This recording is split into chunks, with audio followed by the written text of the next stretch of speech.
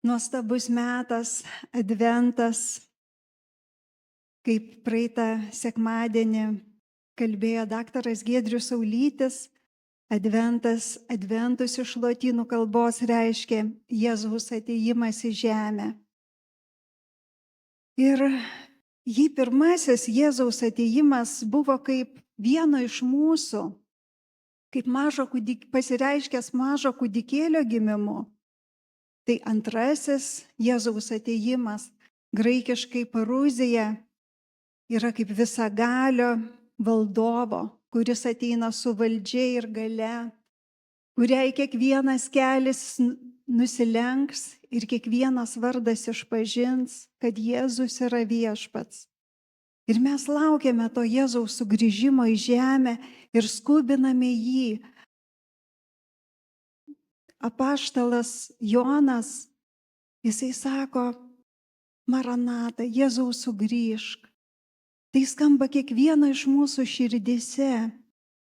Ir žiūrint priešistorę, kaip Jėzus papasakojo mokiniams apie savo sugrįžimą antrąjį, tai yra Morkaus Evangelijos 13 skyriuje, skaitome, kad jisai atskleidžia, kaip įvyksta sugrįžimas jo į žemę.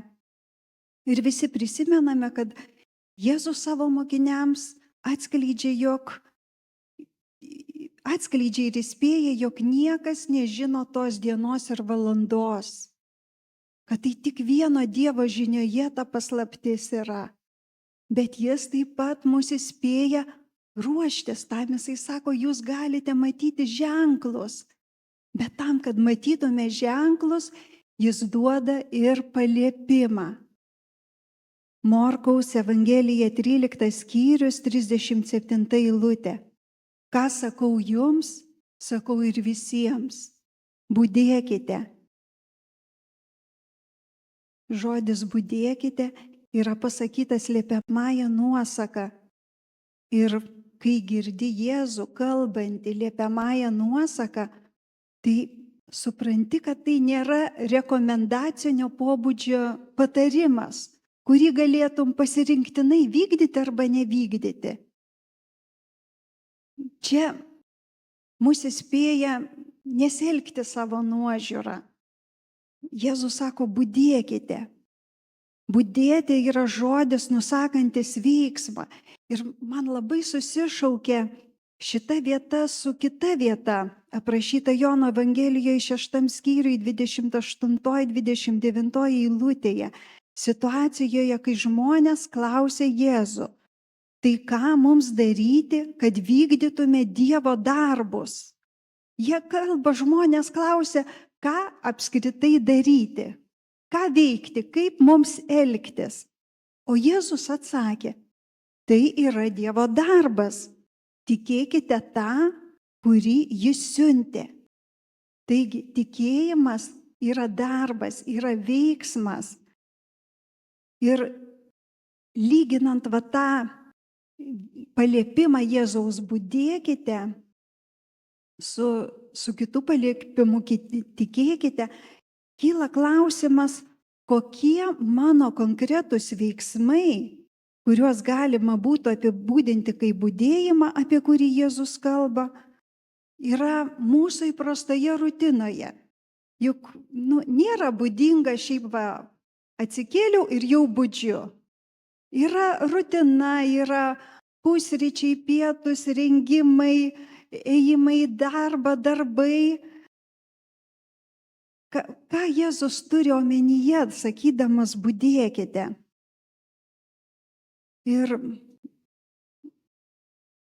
žiūrėdama apie budėjimą teisės aktuose, įvairiuose teisės aktuose, kur bet koks gydytojų budėjimas, priešgaisrinės apsaugos, policininkų, pastebėjau, kad yra du esminiai reikalavimai žmogaus veiksmams, kurie privalomi budėjimo sąlygai. Tai yra būti blaiviam ir prieinamam darbdaviui. Tu turi būti, tai analogiškai aš galvoju, čia nieko naujo mūsų teisės aktai neapibūdina, kaip turi pasireikšti budėjimas. Nes Naujas testamentas pilnas yra apaštalų paraginimų mums būti blaiviems ir tiesioginė ir perkeltinė prasme. Sako, nepasigerkite vynu. Sako, Dievas davė mums blaivumo dvasią.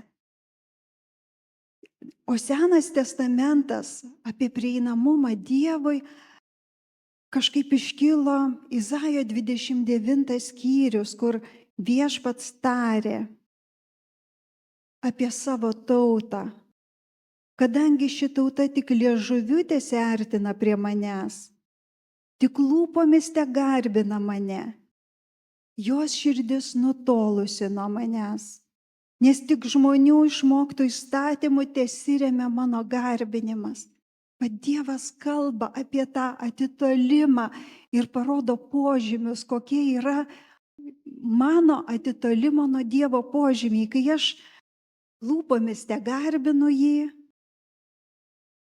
kai tik žmonių įstatymų tesiremiu ir kai mano širdis yra nutolusi nuo jo. Kalbant apie blaivumą,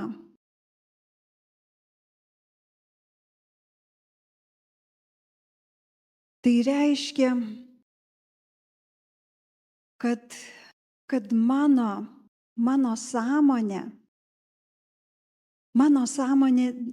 tai yra ne tik tai kūno buvimas blaiviam, bet ir mano sąmonės blaivumas, kuris pasireiškia tuo, kad aš reaguoju blaiviai į dalykus.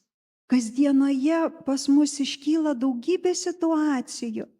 Ir Jėzus, jisai kai stebi žmonės, jisai apibūdina daugybę reakcijų. Išskiria, pavyzdžiui, dažnai matom Naujajame testamente sako, o jūs mažatikiai. Tai jis išskiria mūsų reakciją kaip mažai tikinčių žmonių. Kažkada tai pritrūksta to tikėjimo į tą situaciją. Kartais jisai sako, kad o ko jūs dvejojate? Jisai pamato abejonės mūsų. Ir kai stebime save, ačiū Dievui, pas mus bažnyčiai kviečiu prisijungti labai nuoširdžiai, nes yra labai nuostabių mokymų, kurie vyksta ir nuotoliu, ir gyvai, kurie ragina atsižvelgti į save, ateiti į savo vidų, atpažinti savo reakcijas. Ir vienų tokių mokymų, kuriuos vedė sesė Aušra, aš buvau priversta tiesiog rašyti tokį dienoraštį apie savo reakcijas. Ir tai buvo taip įdomu, kad daugybę reakcijų aptikau, mano reakcijų į tam tikrus veiksmus, pasireiškimus yra nusivylimas. Ar net pažįstam daugelis iš mūsų tokios reakcijos į dalykus? Kažkas kažką pasakė, ai, tai jau čia nieko gero. Vaikas kažko nepadarė, ai, tai jau visada ten. Kaip neperskaito, taip neperskaito. Darbdavys kažko, tai čia jau sugedęs reikalas, valdžia kažko nepadarė, ai, valdžia visada tokia ir nuolatinis nusivylimas. Dar pastebėdavau pyktį, bet jisai pasireikšdavo gerokai rečiau. Čia matyt nuo kiekvieno temperamento priklauso, kaip mes reaguojam į tam tikrą situaciją, kuri ateina, kuri neišvengiamai bus ir kuri ateis. Ir galiu paliudyti, kai aš aptikau tą nusivylimo reakciją į daugybę dalykų, į savo šeimą, į savo vyrą, į savo vaikus, į savo bendruomenę, į savo darbą, galvoju, čia negali būti, čia ne mano kelias nusivylimas, nes mano Dievas yra vilties Dievas. Vadinasi, manyje yra didelė dalis neblaivumo, jeigu aš reaguoju taip, su nusivylimu. Ir kai, žinot, aš pradėjau keisti savo reakciją, tik aptikus nusivylimą sakydavau, ne, aš dabar tuo nenusivilsiu. Taip, mano ten vaikas kažką padarė, bet aš jo nenusiviliu. Aš formuoju savo žodžius, savo atsaką jam ne pagal savo nusivylimą, o pagal savo viltį, pagal savo tikėjimą. Taip, tai įvyko kažkas, bet tai aš to nenusiviliu. Aš tikiu duota man Viešpaties ateitim su viltimi. Ateitim su viltimi mano vaikui, mano vyrui, mano gyvenimui. Ir liudiju, kad kai pradėjau praktikuoti šitą reakciją, kaip pasikeitė tiesiog mano kūno būsena pasikeitė. Aš įgavau daugiau energijos, daugiau džiaugsmo. Kūnas mano pradėjo reaguoti, tiesiog sakyti ačiū, Joana. Tai yra nuostabu, brangieji. Nes propaguoti viltį yra nepalyginamai geriau negu propaguoti nusivylimą. Ir mes turim Senajam ir Naujajam testamente gausybę pavyzdžių. Kai aš pamatydavau savo, tokias netyčinės, dar negaliu pasakyti, kad aš visiškai išmokau, reakcijų, kurios nebūtų be dalies nusivylimo. Tikrai, bet aš pastebiu, tarkim, savo vaikų reakcijas, kai tik aš reaguoju su nusivylimu, tai jų širdise pasėjau kažką tai kartaus ir tai susišaukia su tuo, kad, kaip skaitome pakartotą įstatymo knygoje, Dievo tauta, kuri ėjo iš Egipto į pažadėtąją žemę ir jie reagavo į kažkokius tai dalykus su nusivylimu. Ai, nebeturi maisto. Ai, tai jau geriau būtume buvę Egipte. Oi, ir tas nusivylimas, 106 psalmėje, psalmės autorius, jisai jau iš laiko perspektyvos įvertina šitą tautos murmėjimą prieš Dievą, kad jisai sako, jie pykino Viešpatį prie Meribos vandenų. Kaip pasakė, nėra vandens, oi geriau jau būtume buvę Egipte. Ir koks kitų reagavimas būna į tą murmėjimą ir nusivylimą. Psalmės autorius sako, dėl jų Mozė nukentėjo, nes jie taip apkartino jam dvasią, kad jis neapgalvotai nukalbėjo. Jis toks vyras, jisai negalėjo susilaikyti ten, net renkęs Dievo plokščių, Dievo duoto įstatymo įrašytą, trinktelėjo, nes supykino. Tas nusivylimo pasireiškimas, jisai supykino. Ir jei pastebėtume kitų žmonių reakcijas, mūsų nusivylimas neduos kitokios aplinkinių reakcijos. Jisai duos supykinimą, dar vieną nusivylimą, dar gal didesnį nusivylimą. Ir nusivylimas, kai žiūrim jo anatomiją, jisai yra visiškai priešingas tam, į ką mus šaukia Viešpats, į kitą jo paliepimą, mylėkite vieni kitus. Meiliai himnas, 1 Korintiečiams 13, tai yra pagrindiniai požymiai. Apaštalas Paulius pagrindinius požymius išskiria, kas yra meilė.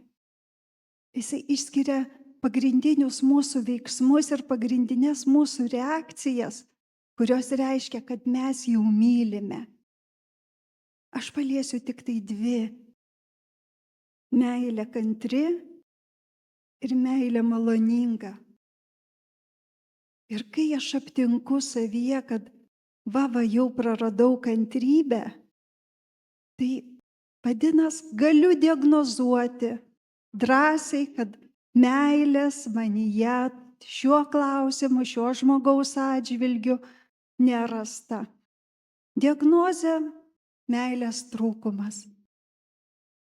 Ir pasižiūrėkime, tai susišaukia, kai išsakau nusivylimą, tai neišsakau to, kas yra meilė, neišsakau kantrumo tos dozės. Meilė yra maloninga. Nusivylimo žodžiai niekad nebus maloningi. Nei mano kūnui, net mintis nusivylimo. Aš galiu net nesakyti, aš galiu mintimis savo reaguoti nusivylimu į procesus tam tikrus. Jau čia duos neigiamą energiją. Toks mano veiksmas.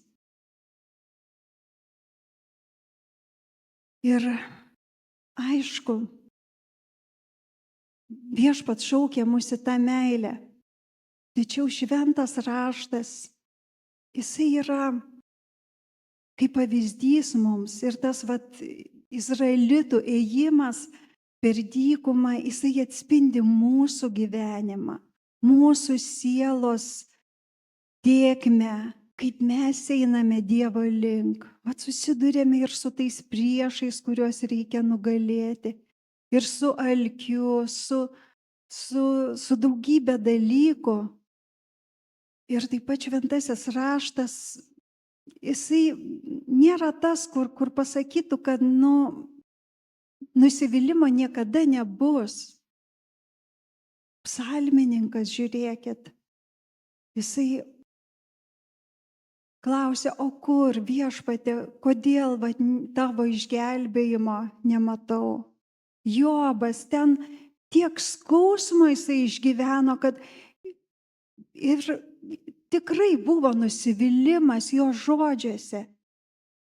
Jėzus, kabodamas ant kryžiaus, jisai sakė, Viešpatie, Viešpatie, ką mane atleidai. Čia irgi galime žvelgti dalį nusivylimo. Ir ar tai yra blogai? Nusivylimo bus mūsų gyvenime, sunkių išbandymų bus mūsų gyvenime. Tačiau, ką psalmininkas sako, ką Jėzus pasakydamas atlikta, jie nekėlė klausimą, matau, kodėl, kam to reikia. Jie, kaip atsakymą į nusivylimą, jie neslėpė savo nusivylimą, atnešė, išpažino, pasakė ir jie ieškojo Dievo veido. Bet tokiuose skaudžiuose situacijose, kur tikrai sunku išvengti nusivylimo, atsakymas yra psalmėse. Ieškokite Dievo veido. Neklauskime kodėl taip atsitiko, o ieškokime jo veido, artinkimės prie jo. Nes sako, tam tikri dalykai, nusivylimai tikėjimo kely, jie gimdo ištvermę. Jie yra nepamainomi. Tikėjimo kelyje ištvermės lavinimui. Ir tai yra labai prasminga. Kai skaitame apaštalo Pauliaus maldą, kurį jis meldėsi už efeziečius, jisai meldėsi, kad duotų Viešpats sustiprėti Dievo tautai. Jo jėga per dvasią vidinėme žmoguje, kad Kristus per tikėjimą gyventų mūsų širdyse Ir mes įsišaknyję ir įsitvirtinę meilėje, bet tas įsišaknyjimas ir įsitvirtinimas meilėje, jisai neįmanomas be vilties propagavimo, be mūsų reakcijų, kaip viltingų reakcijų į reikalą. Ir kas tada įvyks, apaštalas Paulius atskleidžia, kai mes įsišaknysime, įsitvirtinsime meilėje, tada mes galėsime suvokti, koks yra plotis ir ilgis ir gylis ir aukštis. Ir pažinti Kristaus meilę, kuri pranoksta pažinimą ir būti pripildyti visos Dievo pilnatvės. Taigi pažadai yra nuostabus, va tame budėkite, būkite blaivus, tos savo reakcijos suvaldymas. Jisai, tas mano veiksmas, kurį aš esu pasiruošus padaryti, budėdama, jisai turi nuostabų pažadą. Tai yra pažinimą, koks yra plotis ir ilgis ir gylis ir aukštis. Ir būti pripildytam visos Dievo pilnatvės. Taigi, brangieji, laukdami Viešpaties, laukdami jo šventės, gimimo šventės šventimo, laukdami jo atėjimo, nepamirškime, kad yra labai didelė prasmė propaguoti viltį, propaguoti meilę tiek savo žodžiais, tiek savo darbais ir savo mintimis, savo reakcijomis į dalykus. Jėzus pasakė ant kryžiaus atlikta. Jisai nurodo, kad jisai ieškojo Dievo veido ir tai įvyko. Ir tai bus ir mūsų gyvenime. Linkiu joms ir savo to nuoširdžiai. Ir būkite palaiminti. Aleliuja.